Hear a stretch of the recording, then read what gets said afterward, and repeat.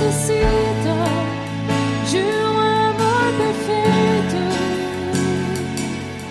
perdão e compaixão. Todos necessitam de graça e esperança, de um Deus que salva.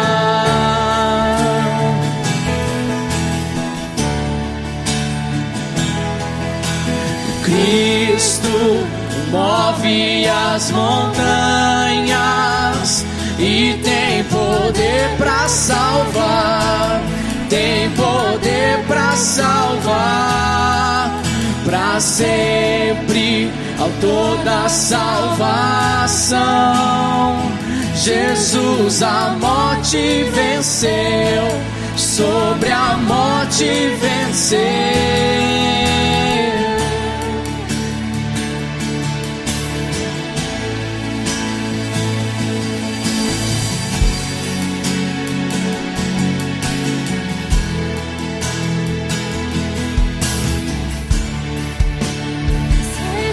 Com meus medos, falhas e temores, enche meu viver, a minha vida entrego pra seguir teus passos, a ti me rendo.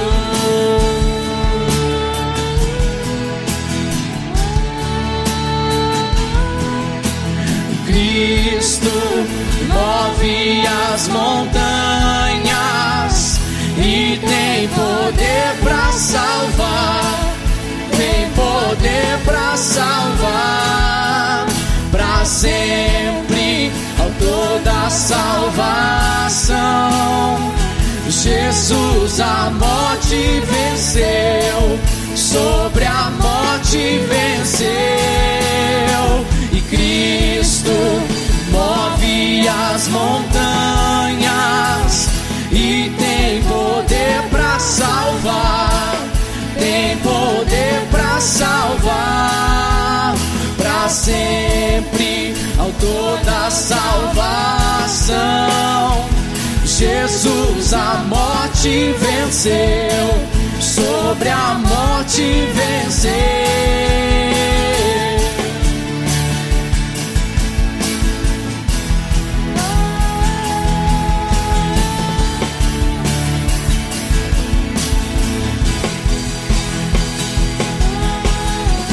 Nosso mundo vê brilhar a luz, cantamos para a glória do Senhor Jesus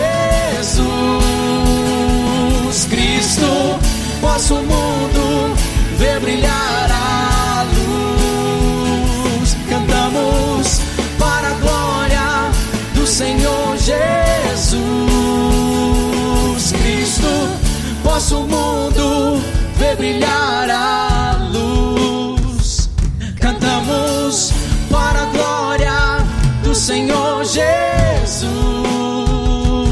Cristo. Nosso mundo vê brilhar a luz, cantamos para a glória do Senhor Jesus Cristo.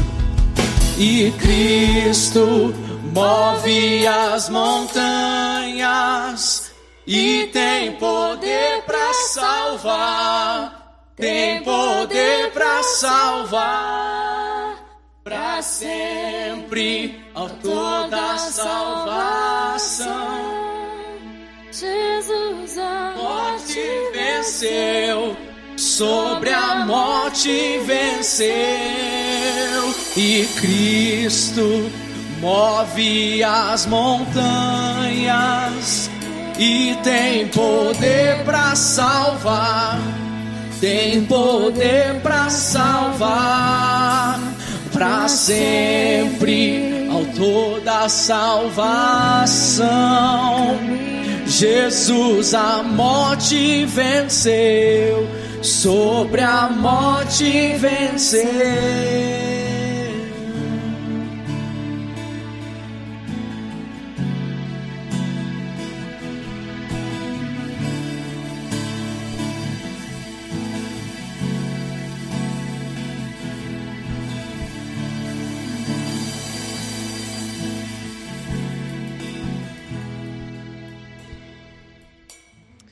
Boa noite, bem-vindos a Calvary Curitiba. A gente está de volta com os nossos cultos online. A gente está indo para esse terceiro mês de pandemia, né? E hoje a gente faz uma pausa na carta de Tiago e eu vou estar trazendo uma mensagem um pouquinho diferente, uma mensagem lá em 1 Pedro, que é algo que Deus tem falado bastante comigo. Desde a minha adolescência, eu sempre lidei muito com ansiedade. Agora que a gente está nesse tempo de pandemia, isso é algo que tem se tornado bem mais comum em geral com as pessoas. Como lidar com ansiedade? No meu caso, eu realmente era muito ansioso, mas Deus trabalhou bastante em mim através desse tempo. Conforme eu ia lendo a palavra dele, eu ia conhecendo mais a Deus, e Deus foi trabalhando isso no meu coração. Então, Deus me direcionou a estar falando sobre isso essa noite, a estar compartilhando um pouco sobre isso, que é a parte final da carta de 1 Pedro. Nessa parte final de 1 Pedro, Pedro dá vários conselhos. Ele começa falando sobre como os presbíteros deveriam pastorear a igreja, mas também ele vai falar sobre como os jovens devem se submeter aos mais velhos, sobre a questão da humildade, que é o ponto que a gente chega aqui. Começando essa passagem, no versículo 6, 1 Pedro 5,6, portanto, humilhem-se debaixo da poderosa mão de Deus, para que ele os exalte no tempo devido. Essa é uma das epístolas gerais de Pedro. Pedro escreveu essa carta para as igrejas na Ásia Menor. A Ásia Menor é uma região que ficava na Turquia, e era uma região que, apesar de estar bem afastado ali daquele eixo de Israel, de Roma, era uma região que sofria muita perseguição. Os cristãos estavam sendo perseguidos naquela época. Então, eles estavam lidando com perseguição. E Pedro ele começa a dar alguns recados, alguns conselhos sobre como a igreja deve se comportar. E, inclusive, toda essa questão que ele está falando sobre humildade aplicava-se a ser humilde em meio a essa perseguição, em meio a esse sofrimento que eles estavam passando. E a gente vai ver um pouco sobre isso na sequência desses versículos. Então a gente tem aqui no fim dessa carta Pedro dando esses conselhos, e ele começa com essa frase, né, com essa palavra portanto, que conectava com o que estava vindo anteriormente. Voltando um versículo antes, no versículo 5, a gente vê Pedro citando Provérbios 3:34, que é um versículo bastante conhecido da Bíblia. Apesar de que muitas pessoas não saberem que isso está em Provérbios, mas é um versículo bastante conhecido da Bíblia. Da mesma forma, jovens, sujeitem-se aos mais velhos, sejam todos humildes uns para com os outros, porque Deus se opõe aos orgulhosos, mas concede graça aos humildes. Pedro está falando aqui, né, que Deus se opõe, que Deus resiste àquelas pessoas que são orgulhosas. E essa é uma ideia bem legal, porque na verdade, o que Pedro está falando é que Deus faz guerra contra as pessoas que são orgulhosas. Deus guerreia contra quem é orgulhoso.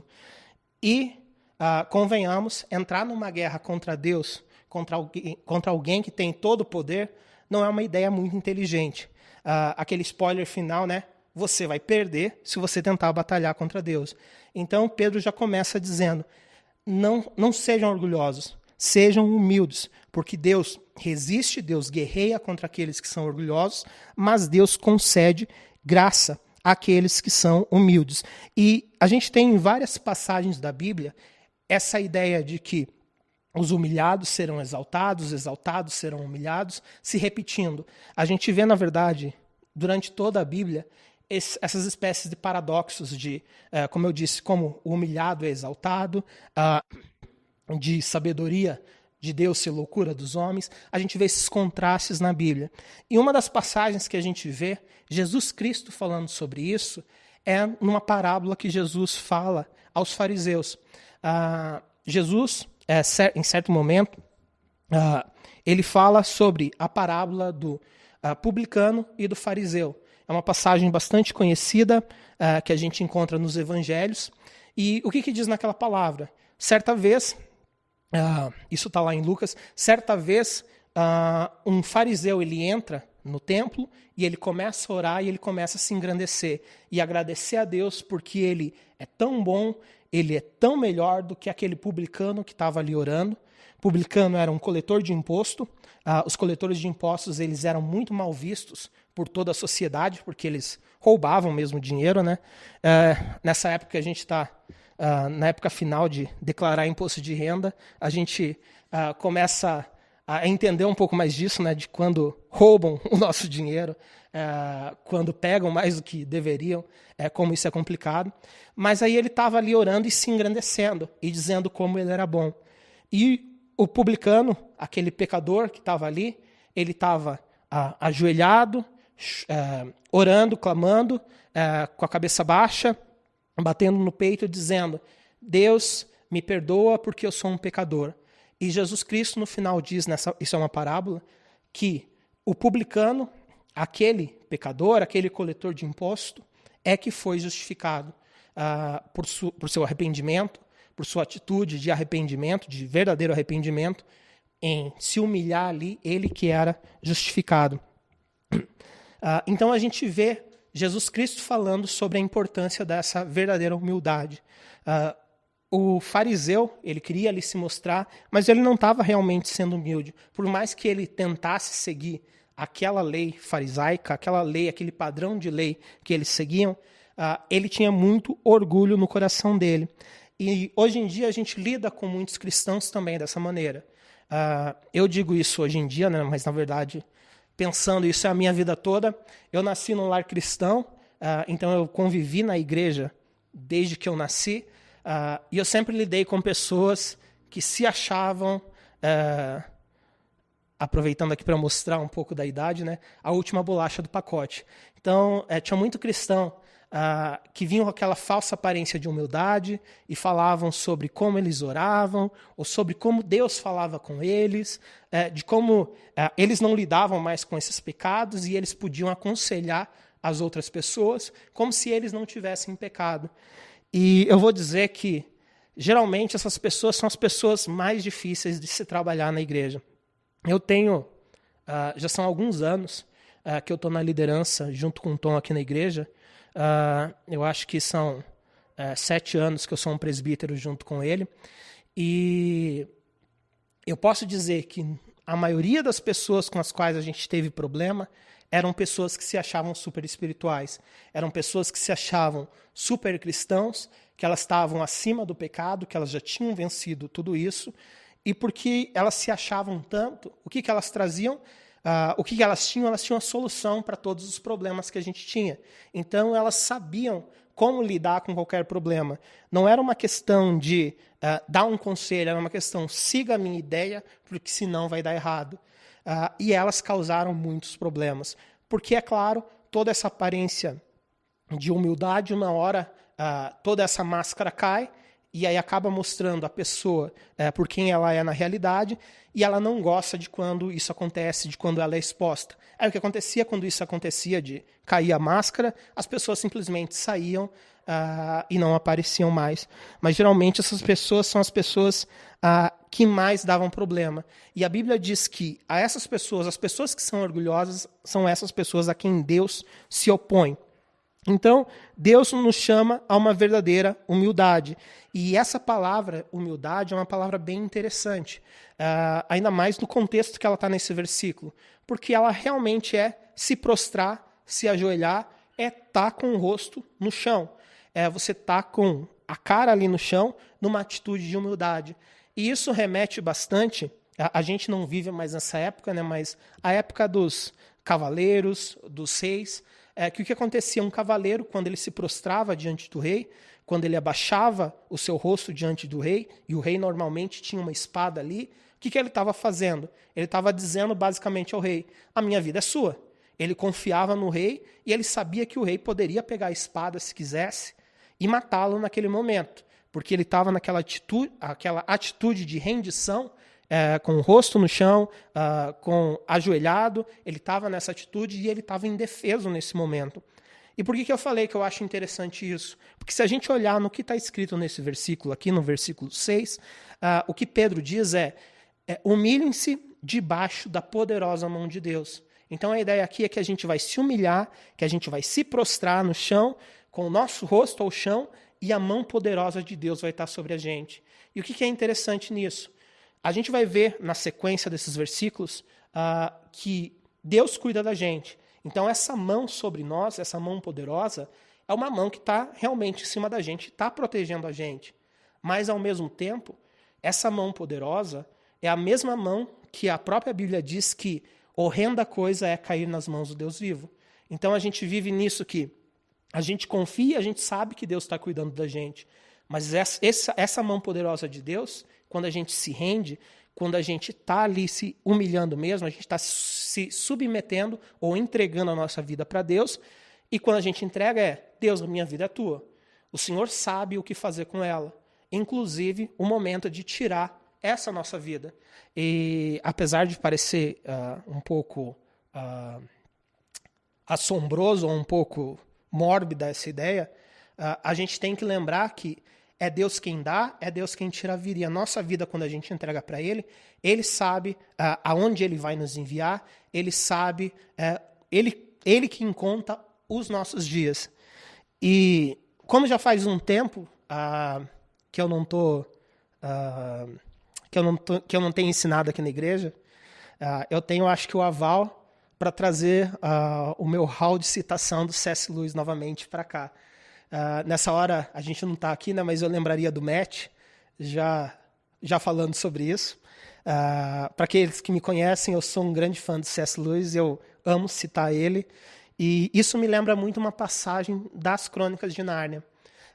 Uma das últimas Crônicas de Nárnia, que foi escrita, que é A Cadeira de Prata, ela conta uma história bem interessante. A Cadeira de Prata conta a história de Jill e Eustáquio, duas crianças. Eustáquio está voltando a Nárnia pela segunda vez, Jill está indo pela primeira vez, e num determinado momento Jill faz com que Eustáquio se perca, e aí Jill ela está com muita sede, ela está realmente morrendo de sede, ela tem medo de que ela morra se não encontrar água, e ela encontra um riacho de águas cristalinas. E ela fica toda feliz porque ela vai poder beber água. Só que do lado desse riacho tem um leão do tamanho de um filhote de elefante, um leão gigantesco, e ela morre de medo desse leão. E o leão fala para ela, ele fala 3 vezes, né? Se você tem sede, venha e beba. E ela fica amedrontada, porque ela pensa, né? Esse leão com essa boca desse tamanho pode, numa só mordida, me devorar completamente. E ela começa a conversar com esse leão, que é Aslan, que é uma figura de Jesus Cristo, e ela fala com esse leão, mas você não pode se afastar um pouquinho para que eu chegue nessa fonte de água e possa beber? E ele fala, e ela pergunta mais, você me garante que você não vai me atacar? E ele fala que não pode garantir nada, que se ela tenha sede, que ela venha e beba. Ela pergunta se existe algum outro riacho, e Aslan diz que não há nenhuma outra fonte. E no final das contas, sabendo que ele poderia e teria o direito, se quisesse, de devorá-la, ela vai, se ajoelha, com a cabeça ela agacha e toma a água, que ela diz que é a água mais pura que ela já tomou, sabendo que aquele leão do lado poderia fazer o que quisesse com ela. E nisso traz um paralelo. Jesus chama a gente, ele é a fonte de águas vivas, e ele nos chama a essa posição de obedecer a ele, assim como Jill fez nessa situação, mas também de se entregar para ele. E quando a gente se entrega, a gente não tem esse direito de pedir, Deus, mas eu não quero ser enviado para a China, eu não quero ser enviado na Coreia e ter o risco de perder a minha vida, não. A nossa vida é dele e a gente vai aonde ele nos guia. Porém, a gente confia que ele está cuidando da gente. E o que ele diz aqui? Ele diz, ainda nesse versículo, que a gente se humilha debaixo dessa poderosa mão dele para que ele nos exalte no tempo devido. Que é essa ideia que eu disse desses contrastes que a gente encontra na Bíblia. E qual que é esse tempo devido? No grego, existiam 2 palavras para tempo, né? Cronos e kairos. Cronos é um tempo medido pelo relógio, kairos é uma ideia qualitativa de tempo. Essa ideia de kairos é uma ideia de um tempo oportuno. No grego é muito traduzido por oportunidade, também essa palavra. E na Bíblia, em várias passagens, ela nos dá essa ideia de um tempo ou do momento certo que é apontado por Deus. Então, no momento certo, no momento que Deus sabe, ele vai nos exaltar. Não é no momento que a gente quer ser exaltado, para aqueles bem pentecas, bem pentecostais, não é aquela heresia do sabor de mel que Deus vai se vingar das pessoas que te humilharam. Não é nada disso. É no momento correto, Deus vai nos exaltar, mas claro, ele exalta aquelas pessoas que se humilham na presença dele. E aí Paulo vai para a sequência, que é o que eu disse, essa mesma poderosa mão de Deus que a gente está se submetendo, sabendo que a nossa vida está nas mãos dele, a gente confia que ele está cuidando da gente. Porque no versículo 7, e aquelas pessoas que vinham à nossa reunião de oração sabem que é um dos versículos que eu mais amo citar. Eu sempre orava com esse versículo. Como eu disse, Deus tem ministrado desde os meus 13, 15 anos com esse versículo. Pedro diz assim: lancem sobre ele toda a sua ansiedade, porque ele tem cuidado de vocês. Pedro começa falando, lancem sobre ele, ou coloquem as suas preocupações sobre Deus, ou lancem a sua ansiedade sobre Deus, porque ele tem cuidado de vocês. Essa palavra ansiedade no grego, ela é uma palavra que significa estando pensativo, sendo atraído para diversas direções. Ou seja, o teu pensamento está sendo atraído para diversas direções. Então ela traz consigo uma ideia de distração, uma ideia de estar perdendo foco. Por isso que ela acaba sendo traduzida por preocupação ou por ansiedade na Bíblia. Porque a preocupação e a ansiedade começam a desviar o foco da nossa mente. A gente não consegue, muitas vezes, pensar racionalmente. E aí, o que isso faz? Essa ansiedade, essa preocupação, atrai o nosso pensamento para coisas diversas. Então, essa ideia de ansiedade, essa é a ideia de estar perdendo foco, sendo atraído para diversas direções. E na Bíblia, a gente vê várias vezes Deus falando sobre o cristão, ou sobre aquela pessoa que crê nele, não se preocupar, confiar no cuidado de Deus. E em Hebreus 12, a gente, é um versículo, não está ali, né, mas é um versículo bastante conhecido da Bíblia.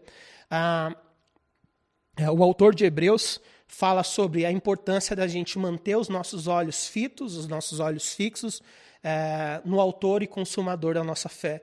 Em meio a todas as turbulências, em meio a todas as preocupações, a gente pode, como cristão, estar olhando para Jesus Cristo, manter os nossos olhos firmes em Jesus Cristo, como a gente canta naquela música Oceans, Oceanos, a gente pode olhar além das ondas e pode ver Jesus Cristo no meio de toda a incerteza. E aí, por que ele diz isso? Por que a gente pode lançar, então, essa preocupação, essa ansiedade, essa distração diante de Deus? A gente pode fazer isso porque ele tem cuidado da gente. Ele tem cuidado da gente, ele continua cuidando da gente, e se a gente olha o tempo verbal no qual isso foi escrito, no grego é o que a gente chama de presente do indicativo ativo, e o que é essa ideia do presente do indicativo ativo no grego? Há uma situação que está acontecendo no presente, onde a voz é ativa, ou seja, Deus é quem está fazendo isso, Deus é quem está cuidando da gente. E essa questão do indicativo, ela está falando que isso é uma afirmação, ou seja, Pedro afirma que Deus cuida da gente, ou também pode ser traduzido como Pedro afirma que Deus está cuidando da gente. Uma situação que continua acontecendo. No grego isso pode ser traduzido tanto como Deus cuida ou Deus está cuidando, mas a ideia, claro, vai depender do contexto, a ideia é que Deus continua cuidando da gente, ele cuidou, continua cuidando e vai continuar cuidando. No português, eles até tiveram uma boa saída para trazer essa ideia, que foi colocar no pretérito perfeito composto. Qual é a ideia do pretérito perfeito composto? O pretérito perfeito composto é uma ação que começou no passado e continua acontecendo até o presente. Ou seja, Deus estava cuidando da gente, continua cuidando, a gente está sempre vivendo o nosso presente, né? Então Deus continua cuidando da gente. Em algumas Bíblias você vai encontrar Deus cuida de nós, está correto como tradução, mas eu acho que essa ideia de que Deus continuamente cuida da gente é uma ideia maravilhosa de se pensar. E com esse cuidado de Deus, Paulo segue no versículo 8 essa ideia de raciocínio. Ele vai dizer assim no versículo 8, estejam alertas e vigiem o diabo, o inimigo de vocês, anda ao redor como leão rugindo e procurando quem possa devorar. Ou em algumas versões, eu acho que eu escrevi ali, sejam sóbrios e vigiem, porque o diabo procura aquele a quem o diabo está como um leão rugindo, procurando aqueles quem possa devorar. Eu gosto dessa ideia de seja sóbrio, muito mais do que a tradução que a NVI traz aqui de estar alerta, porque a palavra no grego realmente é sobriedade, é ser sóbrio, é abster-se do vinho. Mas essa ideia de abster-se no vinho do grego, ela também era relacionada a uma pessoa calma. Então, por quê? Porque quem não está bêbado, né, geralmente está mais calmo, está mais sensato, está mais sóbrio. Então, a ideia aqui é que se acalme e vigie. Se acalmar e vigiar. Se acalmar por quê? Porque Deus está cuidando da gente. Então, mesmo com os problemas, mesmo com a perseguição, a igreja estava vivendo perseguição, como eu disse, a igreja na Ásia Menor. Paulo dizia, fiquem calmos, porque Deus está cuidando de vocês. Mas, ao mesmo tempo, vigiem. Vigiar por quê? Porque como a gente vê em Mateus 24,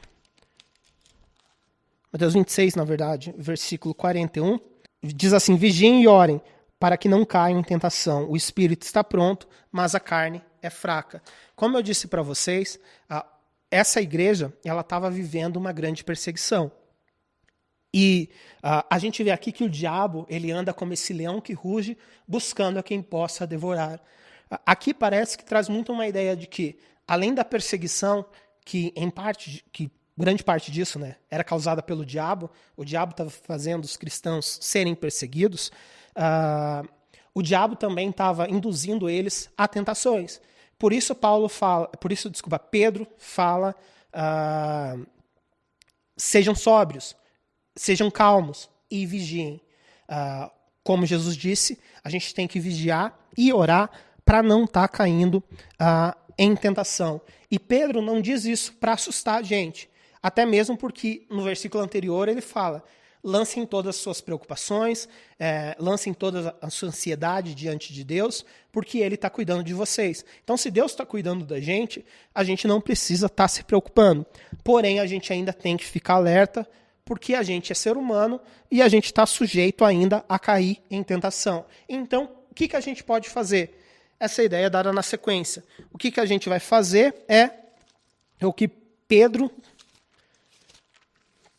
Paulo. Provavelmente eu disse Paulo algumas vezes aqui, mas a gente está na carta de Pedro. É o que Pedro acaba dizendo em 1 Pedro 5,9. Resistam-lhe, permanecendo firmes na fé, sabendo que os irmãos que vocês têm em todo o mundo estão passando pelos mesmos sofrimentos. Pedro diz, resistam-lhe, resistir a quem? Resistam ao diabo.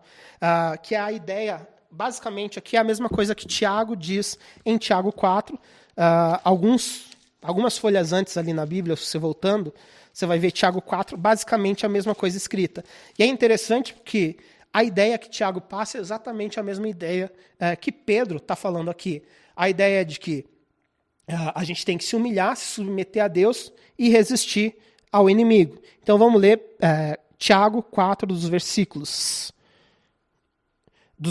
6 até o versículo 7, diz assim, mas ele nos concede graça maior. Por isso diz a Escritura, Deus se opõe aos orgulhosos, mas concede graça aos humildes. Portanto, submetam-se a Deus, resistam ao diabo, e ele fugirá de vocês. Então, o que Pedro diz aqui é, por que a gente deve resistir ao diabo? A gente resiste ao diabo porque ele vai fugir da gente. É interessante porque a Bíblia nunca fala para a gente fugir do diabo. Ela fala em diversas passagens para a gente estar fugindo do pecado. Eu acho que é o próximo slide. Deixa eu ver. Isso. A gente vai ver várias citações na Bíblia sobre fugir do pecado. Assim como José, por exemplo, fugiu da esposa de Potifar quando ela se atirou nele e arrancou a capa dele e deixou ele nu. ele fugiu do pecado, e a gente vê na Bíblia falando sobre fugir de imoralidade sexual, como a gente vê em 1 Coríntios 6, fugir de idolatria, como a gente vê em 1 Coríntios 10, fugir do amor ao dinheiro, como a gente vê em 1 Timóteo, e fugir dos desejos malignos da juventude. Então a gente vê essa ideia de estar fugindo do pecado. Mas em relação ao diabo, em relação ao inimigo, a Bíblia diz resista. E como eu disse, essa ideia de resistir, de se opor, é uma ideia de guerrear, é de lutar contra. E o que a gente lembra aqui? A gente lembra que lá a gente lembra que lá em Efésios 6, Paulo nos descreve a armadura de Deus. Capacete da salvação, couraça da justiça, cinturão da verdade, calçar os pés com o evangelho, com a preparação do evangelho da paz. E aí ele termina dizendo que a gente toma no nosso braço o escudo da fé, que com o escudo da fé a gente pode se defender de todas as flechas, de todos os dardos inflamados que o inimigo lança contra nós. E aí ele fala da espada do Espírito e oração, que parecem ser as nossas armas de ataque. Então, o que Paulo fala lá é que a gente vive numa guerra espiritual. Tem anjos, potestades, autoridades nos mundos, autoridades espirituais malignas que vão estar lutando contra a gente. E aí ele fala, toma esse escudo da fé, que você pode se defender do inimigo, mas também tome a espada do Espírito. Espada, né, é uma arma de ataque. E é o que Pedro também diz aqui. Ele diz que a gente tem que resistir ao diabo, como o Tiago complementa, é para que ele fuja da gente, permanecendo firmes na fé. Então, como eu disse, assim como Paulo fala do escudo da fé, Pedro fala da importância da gente permanecer firmes na fé. E ele complementa dizendo que a gente não está sofrendo sozinho, que os nossos irmãos também estão sofrendo pelo mundo. Infelizmente, né, ao contrário do que a teologia da prosperidade diz, a gente não foi chamado só para ser cabeça e no sentido de que a gente nunca vai sofrer no mundo, que o cristão deve viver as mil maravilhas. Pelo contrário, se eles começarem a ler a Bíblia, eles vão ver que a gente é chamado sim para sofrer, que a gente é chamado para sofrer perseguição e que o mundo estaria contra nós, mas que a gente não precisava desanimar por causa disso. Então a gente vê essa ideia e a gente sabe que a gente não precisa temer. Por quê? Porque Deus está cuidando da gente. Essa ideia de que Pedro traz, de que os nossos irmãos estão sofrendo pelo mundo, é algo que nos chama também a estar orando, né? A gente cada vez mais ouve falar sobre a igreja perseguida e a gente sabe que no Brasil a gente tem liberdade de expressão. Podem ter todas as suas distorções, mas a gente pode ser cristão aqui no Brasil e a gente pode compartilhar com qualquer pessoa a nossa fé. Se a pessoa vai ouvir ou não é dela, mas a gente tem essa liberdade. Mas em várias partes do mundo isso é proibido e os cristãos não podem fazer isso. Algumas pessoas me dá muita raiva isso, né? Começam a falar que elas estão sofrendo perseguições quando um comediante faz uma piada de cristãos na televisão. Caia na real que isso não é perseguição. Isso é você sendo um babaca e não aceitando que as pessoas fazem mesmo isso, que as pessoas podem não gostar de você. Mas perseguição real é você correr risco de vida. Então não venha comparar piadinhas que fazem sobre a sua fé. Eu não estou dizendo que é correto fazer isso, mas não venha comparar isso com pessoas perdendo a sua vida por Cristo, por amor a Cristo. E a gente tem que se lembrar disso e estar orando pelos nossos irmãos. Mas ainda assim, o que a Bíblia diz? A gente não precisa temer isso, porque como João nos lembra em 1 João 4, que é uma passagem bem conhecida, está ali, mas eu não vou ler aqui agora, né? Maior é o que está em nós do que o que está no mundo. Jesus Cristo, que vive em nós, é muito maior do que o inimigo. Ele é o Criador, o inimigo é a criação, é uma criatura. Ele tem todo o poder, o inimigo tem sim seu poder, mas ele é todo poderoso. Jesus Cristo é todo poderoso e o inimigo não pode fazer nada contra ele. Então, se a gente está debaixo dessa poderosa mão, humildes ali, por que a gente vai temer? Se essa poderosa mão está cuidando da gente, e a gente pode colocar toda a preocupação nele, por que a gente vai temer? Maior é o que está em nós do que o que está no mundo. E por isso, a gente ora também por esses nossos irmãos por todo o mundo, lembrando que, apesar do sofrimento deles. Como Paulo bem lembra, né, esse sofrimento vai ser temporário. E aí ele continua no versículo 10 dizendo: o Deus de toda graça, que os chamou para a sua glória eterna em Cristo Jesus, depois de terem sofrido durante um pouco de tempo, os restaurará, os confirmará, lhes dará forças e os porá sobre alicerces. E aí, qual que é a ideia que ele continua aqui? Ele está falando, então, nessa ideia, depois que a gente se humilhou perante Deus, que a gente lança as nossas preocupações e confia no cuidado dele, que a gente resiste ao diabo, mas continua vigiando para não cair em tentação, ele diz assim: o Deus de toda graça os chamou para a sua glória eterna. Ele acabou de dizer antes que o inimigo, o diabo, que é o nosso adversário, ele anda como um leão que ruge buscando a quem possa devorar. Lembrou que a gente não precisa temer isso. Mas o que ele diz é que, apesar do sofrimento que a gente possa ter, isso que o diabo faz, né, esses ataques do diabo, ele pode não conseguir nos devorar, mas isso não quer dizer que ele não vai nos causar sofrimento. Ele está aí no mundo, os demônios estão aí no mundo e podem sim fazer a gente sofrer. Ele diz assim: o Deus de toda graça os chamou para a sua glória eterna em Cristo Jesus. Pedro, ele coloca o foco na eternidade. Como eu disse, esses sofrimentos, como Paulo diz em 2 Coríntios, esses sofrimentos são passageiros.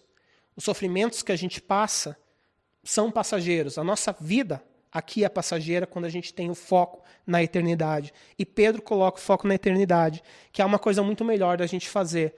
Muitas vezes a gente não consegue lidar e a gente pode estar, assim como nessa situação de pandemia, enfrentando situações nas quais realmente fugiu do nosso controle, realmente as coisas podem parecer todas muito complicadas, todas muito ruins, nos afetarem demais, mas a gente pode sempre colocar o foco na eternidade, lembrando que essa carcaça aqui, o nosso corpo, um dia vai passar, mas a gente vai viver a eternidade com Cristo, aonde não tem choro, aonde não tem pranto, aonde não tem dor, aonde não tem mais sofrimento. E Paulo, como eu disse, ele fala em 2 Coríntios, agora sim, Paulo, sobre essas questões da gente, muitas vezes, sofrermos, estarmos desanimados. E o que ele diz em 2 Coríntios 4, nos versículos 8 ao 10, de todos os lados somos pressionados, mas não desanimados. Ficamos perplexos, mas não desesperados. Somos perseguidos, mas não abandonados. Abatidos, mas não destruídos. Trazemos sempre em nosso corpo o morrer de Jesus, para que a vida de Jesus também seja revelada em nosso corpo. O que Paulo diz aqui é que a gente vai sofrer, e ele fala, por todos os lados a gente vai sofrer, mas a gente não se desanima. Vão acontecer coisas ruins, mas o nosso foco está na eternidade. E aí ele continua essa ideia na parte final, nos versículos 17 e 18. Pois os nossos sofrimentos leves e momentâneos estão produzindo para nós uma glória eterna, que pesa mais do que todos eles. Assim fixamos os nossos olhos não naquilo que se vê, mas no que não se vê, porque o que se vê é transitório, mas o que não se vê é eterno. Se a gente parar para pensar tudo que Paulo sofreu, todo o sofrimento que ele teve, ele foi picado por cobra, ele recebeu chibatadas, ele sofreu naufrágio, ele foi preso, ele quase morreu diversas vezes, ele sofreu muito. E ele diz que todo esse sofrimento é leve e momentâneo quando comparado à glória futura. Quando o nosso foco está na eternidade, naquilo que não se vê, o nosso pensamento realmente, toda a nossa mentalidade, ela acaba mudando. E Pedro, ele diz que mesmo que a gente sofra, a gente precisa estar com o nosso foco na eternidade e saber que Deus agora ele está atuando na nossa vida. Ele está operando na nossa vida de diversas maneiras. E Pedro fala ao menos 4 maneiras a qual Deus está operando aqui. Então, no versículo 10, Pedro fala que Deus, após isso, ele vai nos restaurar, como diz aqui na NVI, ele vai nos confirmar, ele vai nos fortalecer e ele vai nos alicerçar. Então, Pedro fala que Deus vai agir ao menos dessas 4 maneiras. Quando a gente olha nisso, e se você olhar diferentes versões, você vai ver diferentes palavras ali, ele começa dizendo que após esse sofrimento, Deus vai nos restaurar. Para aqueles que costumam ler na Almeida, vão encontrar a palavra ele vai vos aperfeiçoar, ou seja, Deus vai aperfeiçoar. E, na verdade, as duas palavras aqui cabem bem. Essa ideia de aperfeiçoar no grego, que a gente vê muito na Almeida, é a ideia de tornar completo, e a palavra em si ela significa emendar ou reparar, então traz essa ideia de restaurar. E ele fala que Deus vai começar nos restaurando. E isso eu acho interessante também porque Pedro falou anteriormente que o diabo busca, como um leão que ruge, quem ele possa tragar, quem ele possa devorar. E essa ideia de que o leão atacando, devorando, muitas vezes esse sofrimento ou as situações que a gente está passando, até mesmo, como eu disse, nessa pandemia, elas podem realmente acabar com a gente no sentido de nos esgotar, nos despedaçar, nos deixar em cacos. E essa palavra restaurar ou aperfeiçoar, ela tem esse sentido, essa conotação de emendar, de Deus vai pegar cada caquinho e juntar novamente. Eu amo aquela canção Vasos Quebrados, Broken Vessels, que a gente canta aqui na igreja.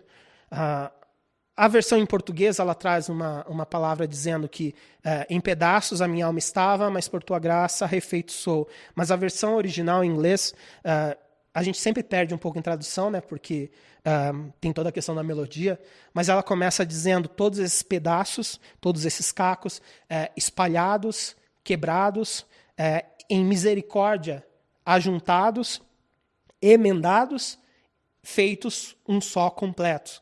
Feitos inteiro. E essa é a ideia desse sentido de que Deus vai nos restaurar. Ele, mesmo quando a gente está quebrado, Deus é aquela pessoa que pode pegar cada caquinho, juntar e fazer inteiro novamente, e fazer muito melhor do que era anteriormente. Ele diz também que Deus vai nos confirmar. Essa ideia de confirmar, às vezes, no português fica um pouco confuso, mas qual é a ideia daqui? Se a gente olha no grego, a ideia que ele traz é girar resolutamente em uma certa direção. Ou seja, eu estou andando e o meu caminho está variando, Deus está me girando e está corrigindo sempre o meu caminho. Então Deus vai corrigir o meu caminho. A terceira coisa que Pedro disse que Deus vai fazer ele vai nos fortalecer. E a quarta coisa que Pedro diz é Deus vai nos alicerçar, vai nos colocar sobre um fundamento firme, nos colocar em pé. Essa é a ideia que Pedro traz. E se a gente olhar aqui, a gente vê uma continuidade, que é esse sofrimento que a gente pode passar realmente pode nos despedaçar e deixar em caco. Mas Deus ele é aquele que é poderoso para juntar cada caquinho, emendar, nos fazer inteiro completamente, fazer a gente melhor do que antes, corrigir o nosso caminho. Então, em todos essas perambuladas, essas desviadas que a gente dá no caminho, inclusive o diabo tentando fazer a gente sair dali, ele corrige o nosso caminho, ele nos dá força e nos mantém em pé e nos mantém firme. Tudo isso por sua graça, como ele começa ali. O Deus da graça é quem vai fazer isso. E nesses tempos de pandemia que a gente está vivendo, nesses tempos de incerteza, pode ser comum que algumas pessoas se sintam assim. A gente teve aqui na Calvary alguns membros que perderam familiares por causa do Covid. A gente teve pessoas que também não perderam por causa do Covid, mas não puderam comparecer no velório dos seus familiares. E a gente tem visto sofrimento, as pessoas têm passado por isso. E às vezes a gente questiona o porquê de tudo isso. Mas mesmo em meio a todo sofrimento, a gente pode confiar no cuidado de Deus. A gente é chamado, ainda assim, para se humilhar, assim como a igreja lá da Ásia Menor foi chamada, em meio a tanto sofrimento e perseguição.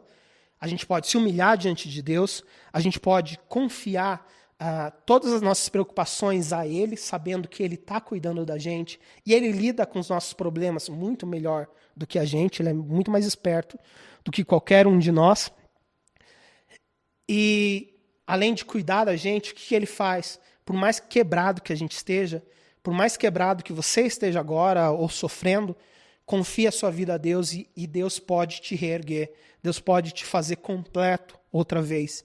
E Ele vai, como diz aqui essa passagem, Ele vai nos restaurar, Ele vai corrigir esse nosso caminho, né, nos confirmar. Ele vai nos dar força em meio a situações difíceis e é Ele que vai nos manter de pé, é Ele que vai ser o nosso fundamento, a nossa base. E Pedro termina, então, esse capítulo, esse versículo, nessa passagem, nessa doxologia que é bastante repetida em toda a Bíblia, dizendo: a Ele seja o poder para todos sempre. Amém. Pedro basicamente diz: a nossa resposta a essa maravilhosa graça de Deus cuidando da gente, mesmo em meio a todo sofrimento, é entregar o nosso louvor e adoração a Ele. Como diz em várias outras partes da Bíblia, a Ele seja a honra, a glória, o louvor, o poder para todos sempre. Amém. Pai, a gente te agradece por mais essa noite e, Pai, eu peço que o Senhor venha estar nos ajudando, Senhor, nos momentos difíceis pelos quais muitos de nós têm passado. Pai, ajuda a gente a se manter firme na fé, ajuda a gente, Pai, a lembrar que o Senhor está cuidando de nós e que nós podemos entregar os nossos problemas, as nossas preocupações e toda a ansiedade ao Senhor. E, Pai, se por acaso tem alguém que tem se sentido completamente despedaçado, quebrado, por causa dos sofrimentos aos quais tem enfrentado, Senhor, ultimamente, que o Senhor seja aquele que possa os restaurar por completo e possa os fortalecer e reerguê-los novamente. Eu peço que o Senhor cuide da gente, que o Senhor abençoe essa nossa semana e que o Senhor continue guiando a gente e lembrando que o Senhor está continuamente cuidando de nós. Nós te louvamos e te agradecemos, Senhor, em teu nome. Amém.